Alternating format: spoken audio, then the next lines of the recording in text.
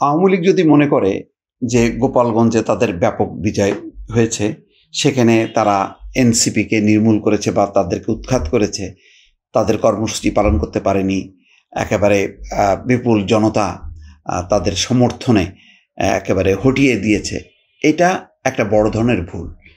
যেই বার্তাটা গেল রাজনৈতিক অঙ্গনে যে আওয়ামী লীগ সন্ত্রাসে বিশ্বাস করে, আওয়ামী লীগ একটা অগণতান্ত্রিক শক্তি, আওয়ামী লীগ তার বাইরে অন্য কোনো রাজনৈতিক শক্তিকে কোনো তার অধিকার দেবে না, তার মত প্রকাশের স্বাধীনতা দেবে না, সেটাই কিন্তু প্রতিষ্ঠিত হলো যে একটা শান্তিপূর্ণ কর্মসূচিতে আওয়ামী লীগ হামলা করেছে।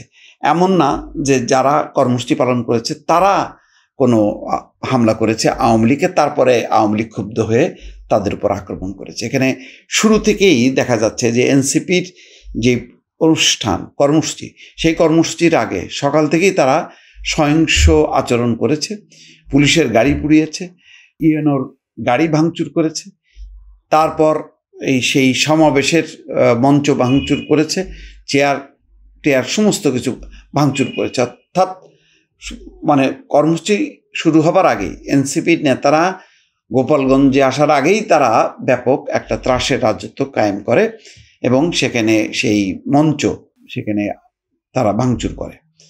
তারপরে সেই কর্মসূচি শেষ হবার পর যখন তারা মাদারীপুরের দিকে রওনা হচ্ছিল, তখন নজিরবিহীনভাবে তারা আক্রমণ করে গাড়ি ঘোড়ার উপর।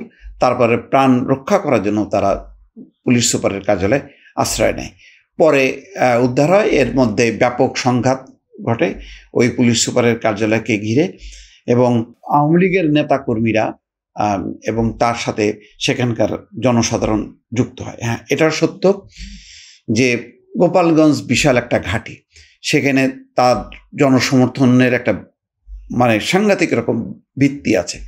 গোপালগঞ্জ এতদিন শেখ হাসিনার কর্তৃত্বে নেতৃত্বে তারা গোপালগঞ্জের সুবিধাভোগীরা তারা প্রশাসন চালিয়েছে, পুলিশ চালিয়েছে, তারা কর্তৃত্ব করেছে, সেখানে একটা বিশাল একটা সুবিধাভোগী গোষ্ঠী আছে। আবার কোনো রকম অন্ধ যারা সাধারণ মানুষ, তারাও আওয়ামী লীগের সমর্থক। ওই গোপালগঞ্জে যেমন শেখ হাসিনার জন্ম, শেখ হাসিনা সেখান থেকেই বঙ্গবন্ধুর কন্যা হিসেবে রাজনীতিতে এসে, সেটা যেমন গোপালগঞ্জের মানুষ জানে। আবার ওখানেই দুর্নীতিবাজ বেনজিরের জন্ম, সেখানেই কর্তৃত্ব করেছে, সম্পদ গড়েছে। এটা হলো বাস্তবতা। এখন আওয়ামী লীগ যেটা তার সবচেয়ে ভুল করলো, এটা যে আওয়ামী লীগ এই ঘটনায় অন্যায় করেছে, তার শক্তি দেখিয়েছে, সেই শক্তিটাকে তারা মিসইউজ করেছে। তারা যদি একটা বিশাল শোডাউন করতে পারতো, প্রতিবাদ করতে পারতো, দেখাতে পারতো যে জনতা, গোপালগঞ্জের মানুষ তাদের সঙ্গে আছে, তাহলে কিন্তু পুলিশ প্রশাসন বা কেউ আক্রমণ করতো না। বরং তারা একটা শান্তিপূর্ণ কর্মসূচির মধ্য দিয়ে একটা প্রতিবাদ করতো, তাহলে আওয়ামী লীগের ভাবমূর্তি উজ্জ্বল হতো। সারা বিশ্ব বুঝতো যে না, শেখ হাসিনার দল আওয়ামী লীগ কখনো আক্রমণ করে না, অগণতান্ত্রিক আচরণ করে না। কিন্তু দেখেন আজকে তারা সেই আচরণ করেছে, সেখানে সম্পদ ধ্বংস হয়েছে, 4টা মানুষের প্রাণ গেছে। এর দায় কার? এর দায় কি আইন শৃঙ্খলা বাহিনীর? এর দায় কি এনসিবির, নাকি অন্য কার? এই পুরো দায়টা কিন্তু এখন গোপালগঞ্জের মানুষের উপর বর্তালো, বিশেষ করে আওয়ামী লীগের উচিত ছিল এটা পলিটিক্যালি হ্যান্ডেল করা, কিন্তু তারা সেটা হ্যান্ডেল করেনি। তারা শক্তি দিয়ে তারা আক্রমণ করেছে। তার মানে গত 15 বছরে আওয়ামী লীগ যেভাবে দেশ শাসন করেছে, যে অগণতান্ত্রিক উপায়, যে ফ্যাসিবাদী কায়দায়, তারই একটা ক্ষুদ্র সংস্করণ গোপালগঞ্জে দেখা গেল। গোপালগঞ্জে যে আচরণটা করলো, সেটা যদি আমরা বড় ক্যানভাসে দেখি, এইভাবেই কিন্তু আওয়ামী লীগ গত 15 বছরে শাসন শোষণ করেছে পুরো বাংলাদেশে। কোনো বিরোধী দলকে তারা মাথা তুলে দাঁড়াতে দেয়নি, কোনো বিরোধী দলকে মুক্ত নির্বাচন, অবাধ ভোটের অধিকার দেয়নি।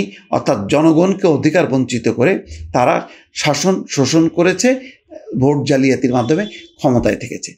সেই যে রাজনীতি, সেই রাজনীতির একটা মানে চিত্র দেখা গেল গোপালগঞ্জে। এবং গোপালগঞ্জে যারাই প্রতিবাদ আয়োজন করেছে, তারা কিন্তু খুব সংগঠিতভাবে তারা জানে যে সেখানকার মানুষের আবেগ সহানুভূতি যেহেতু আওয়ামী লীগের প্রতি, শেখ হাসিনার প্রতি, বঙ্গবন্ধুর প্রতি, সেই আবেগকে পুঁজি করে তারা ঠেলে দিল একটা সহিংসতার দিকে, যার কিন্তু পরিণাম ভোগ করতে হবে বাংলাদেশে আগামীতে।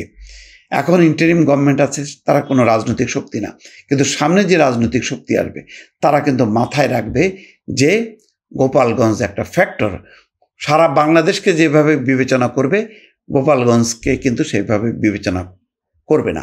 সুতরাং আগামী দিনে যতদিন গোপালগঞ্জের বা আওয়ামী লীগ ক্ষমতার বাইরে থাকবে ততদিন পর্যন্ত কিন্তু মানে কড়াই গন্ডায় আদায় করবে এই যে ঘটনাটা, যেই ঘটনাটা তারা ব্যাপকভাবে ঘটালো এবং তার আগে স্বেচ্ছাসেবক দলের উপর ঘটিয়ে সেখানেও 2 জনকে নিহত করলো। সুতরাং গোপালগঞ্জের সব মানুষের দুঃখ দুর্দশার একটা কারণ হয়ে দাঁড়ালো কিন্তু এই আওয়ামী লীগের উগ্রপন্থী বা উগ্রবাদীরা, যারা এই প্রতিবাদকে যারা সহিংসতার দিকে ঠেলে দিল। সুতরাং পুরো আগামী দিনের রাজনীতি সবাই যারা সামনে আসবে ক্ষমতায় তারা কিন্তু গোপালগঞ্জকে মাথায় রেখেই করবে। এইটাই হচ্ছে আওয়ামী লীগের সবচেয়ে বড় মাইনাস পয়েন্ট। আওয়ামী লীগ আপাতত জিতল, কিন্তু বৃহত্তর অর্থে কিন্তু আওয়ামী লীগ পরাজিত হলো, রাজনৈতিকভাবে পরাজিত হলো। তাদের রাজনৈতিক ভাবমূর্তি আবারও ভুলুণ্ঠিত হলো। তাদের রাজনৈতিক ভাবমূর্তি সন্ত্রাস, তাদের ভাবমূর্তি হলো সহিংসতা, তাদের ভাবমূর্তি হলো একটা অগণতান্ত্রিক ফ্যাসিস্ট চরিত্রের। সেটাই কিন্তু আবার প্রকাশিত হলো। দর্শক ভালো থাকবেন, আল্লাহ হাফেজ।